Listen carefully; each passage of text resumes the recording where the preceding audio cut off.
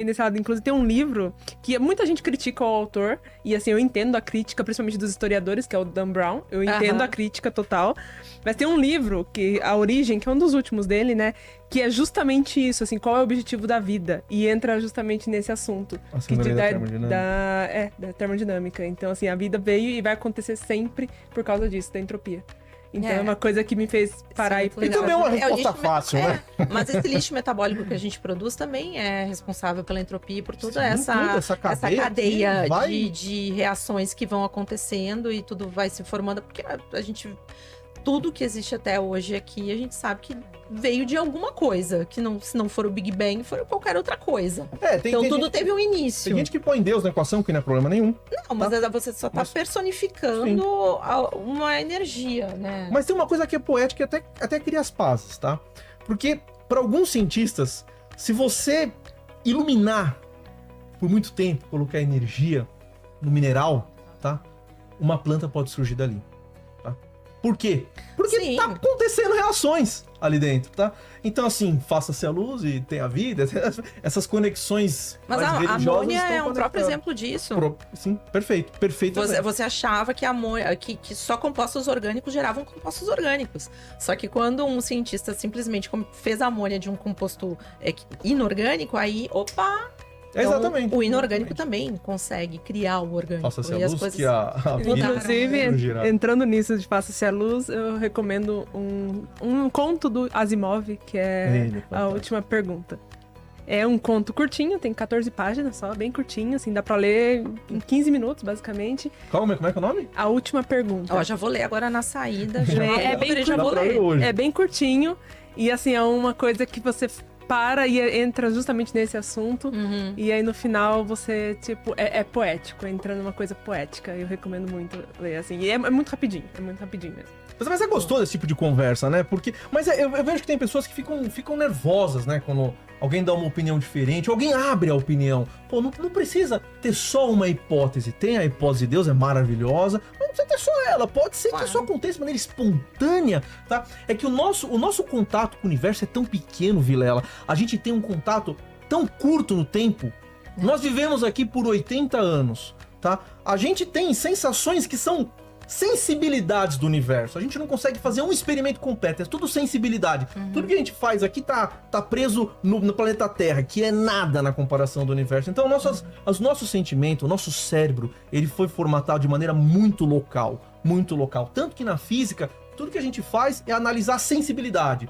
A derivada. Chama derivada isso na física. Então, um físico ele é especialista em analisar a sensibilidade. Por quê? Porque a visão do completo é quase impossível de fazer. Então, você faz a derivada no experimento e aí você, por um processo matemático, chega ao resultado completo. Então, assim, a gente tem uma visão tão local do universo. Por que não abrir para outras possibilidades, né? Pode ser que tenha. Local e tridimensional. E tridimensional.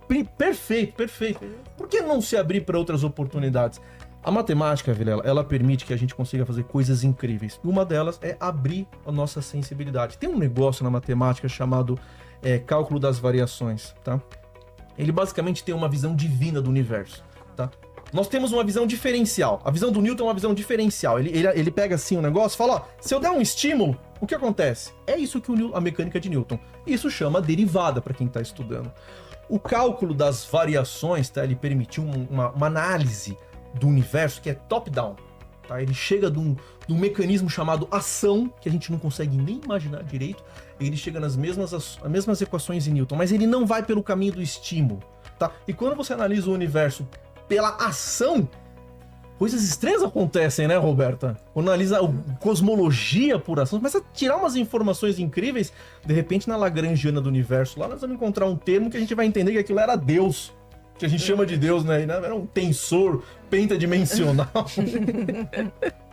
É tipo a constante cosmológica, né? Que Einstein colocou. Aí falou, isso aqui não é nada, né? Tipo, porque aí veio o Hubble, o Edwin Hubble, né? Tipo, ele percebeu que o universo estava se expandindo, mas ainda não aceleradamente. Só se expandindo. O Einstein assumiu que...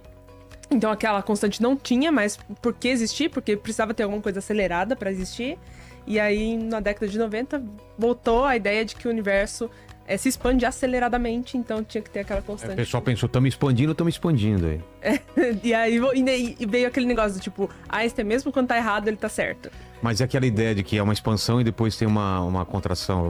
O lance do- Que é o Big Crunch. Big né? Crunch, É o Big Big- Crunch. Que é isso aí. Então, isso aí é uma coisa muito curiosa e entra nessa questão de vida. Que ele vai, de chega um ponto, civilização, ele vem e colapsa de novo. No... que entra. Porque, assim, vamos lá. Qual que é a coisa disso aí? A energia escura, né? A taxa de energia escura, né? Ou a constante. Enfim, a gente tem a constante cosmológica que está muito associada com a energia escura. A quantidade de energia escura é o que vai definir qual vai ser o final do universo. Atualmente, os valores estão assim, a maioria dos valores estão tendendo para a morte térmica, né? Que vai expandir, vai chegar um momento onde a entropia não vai aumentar mais, vai continuar a mesma, e o universo entrou numa morte térmica que nada mais acontece, nenhum processo mais acontece no universo. Beleza. Só que, se você pegar o gráfico de possibilidades da constante e o que cada constante leva, a gente tá bem no limiar. A gente tá no meio das 3 possibilidades, né?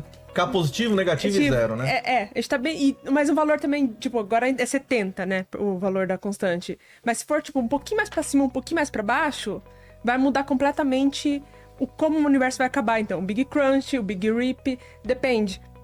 E é por isso que existe uma crise cosmológica, ou melhor, a tensão de Hubble, que a gente precisa saber qual que é o valor, porque para saber como o universo vai acabar.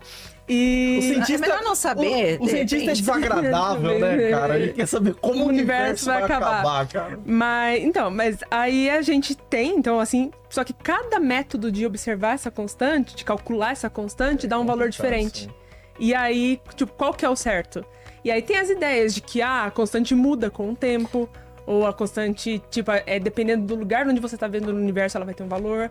Atualmente saiu um artigo que argumenta que nós estamos